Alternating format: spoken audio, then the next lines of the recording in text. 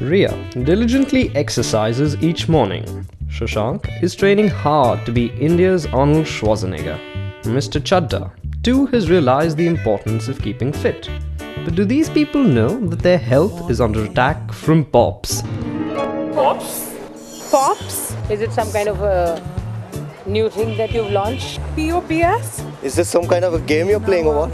Pop तो एक music होती है. I record pops my father. Popcorns? हम क्या पता गांव वाले आदमी हैं, हमें को नहीं पता. Pop का पता नहीं है मेरे. POPs? No, I don't know. This is for the first time I'm hearing this. It's kind of a candy or something? Must be some rubbishy edibles nonsense. Pops क्या होता है? No, I don't know what POPs is in terms of it has something to do with pollution. क्या Pops? Persistent Organic Pollutants. Okay. What's an organic pollutant? You and me? Can you explain what's all this about? POPs, or persistent organic pollutants, are a group of chemical compounds that are released to the environment by human activities. POPs are a cause for grave concern, as unseen and unheard, they inflict diseases and death. POPs are persistent. Once released, they do not break down and thrive in the atmosphere, in our food, and even water. We can't smell them or taste them, yet they are around us. Such is their outreach that they even seep into the placental fluids we live on when we are inside our mother's wombs waiting to be born. Like the molecules of living organisms, POPs are organic. They affect and have become attached to almost every species on planet Earth.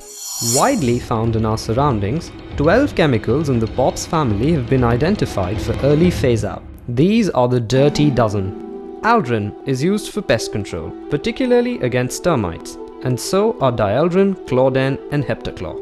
DDT is used for malarial control, and endrin against birds and rodents. Hexachlorobenzene is used as a fungicide for food crops.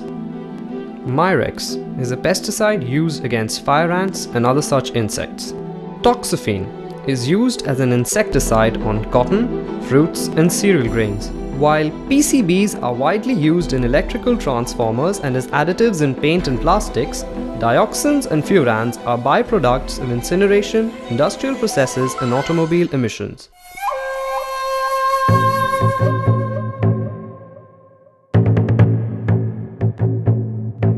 Their toxicity makes POPs dangerous even at low concentrations.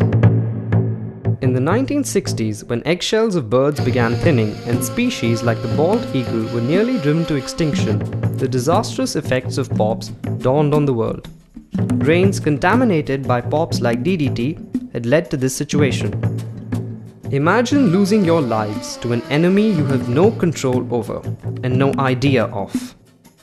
And birds are just a few of many victims of the onslaught of POPs.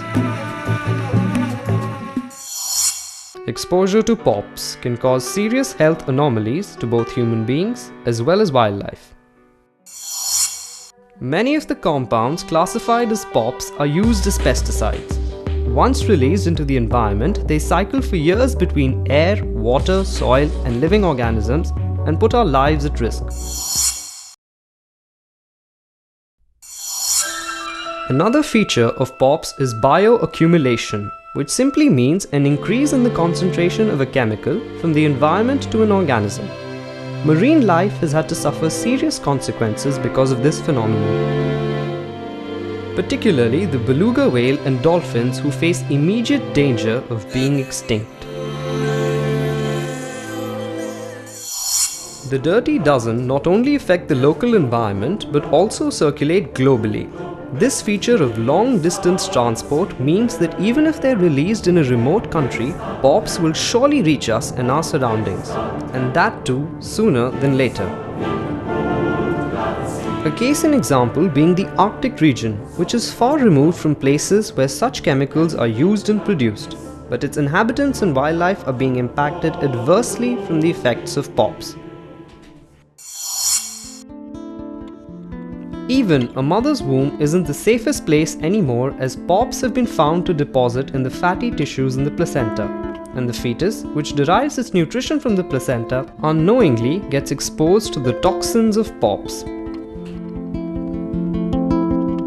The risk of a newborn child's exposure to POPs begins as early as when it feeds on its mother's milk.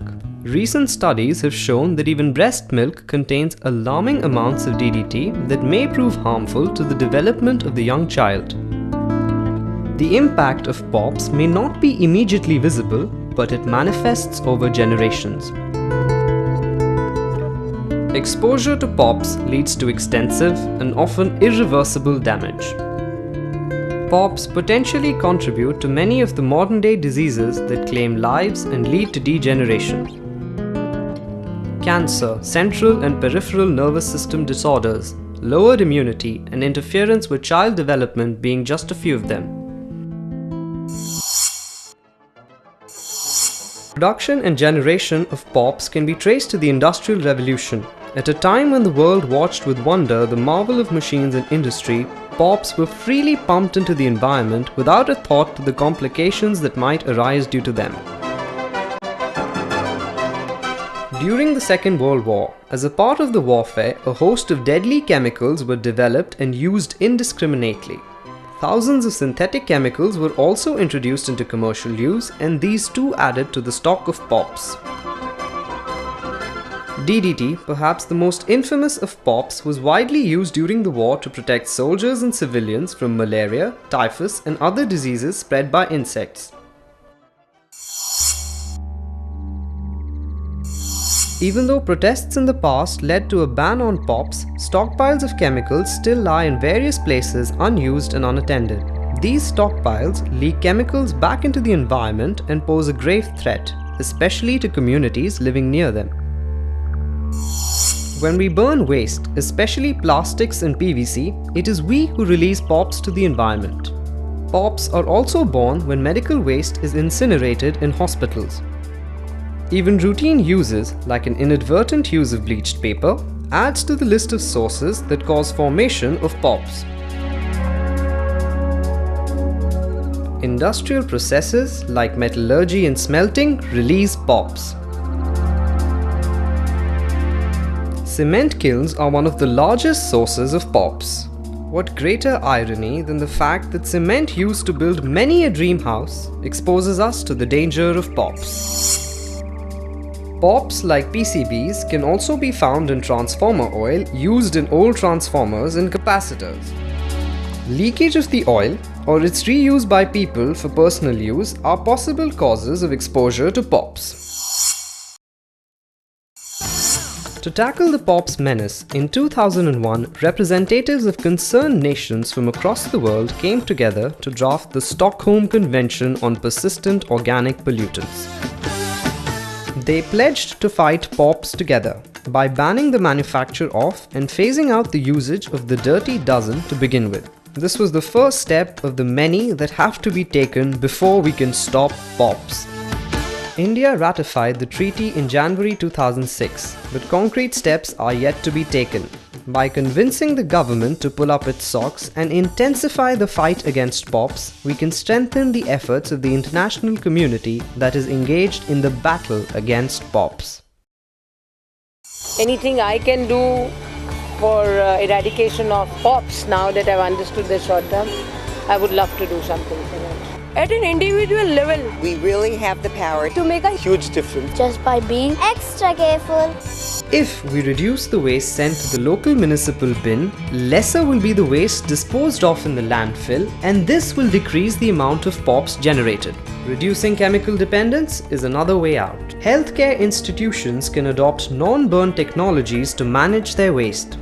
Technologies like AUTOCLAVE and vacuum-clave should be encouraged. The industrial sector should adopt best available techniques and best environment practices. However, without the support of the government, all these steps would be meaningless. Clear and effective policies for ensuring a toxin-free environment would give the movement against POPs a shot in the arm. The longer we wait, the worse it becomes. All it needs is persistence and conviction on our part to make the world POPs free. Wake up, take stock, fight POPs.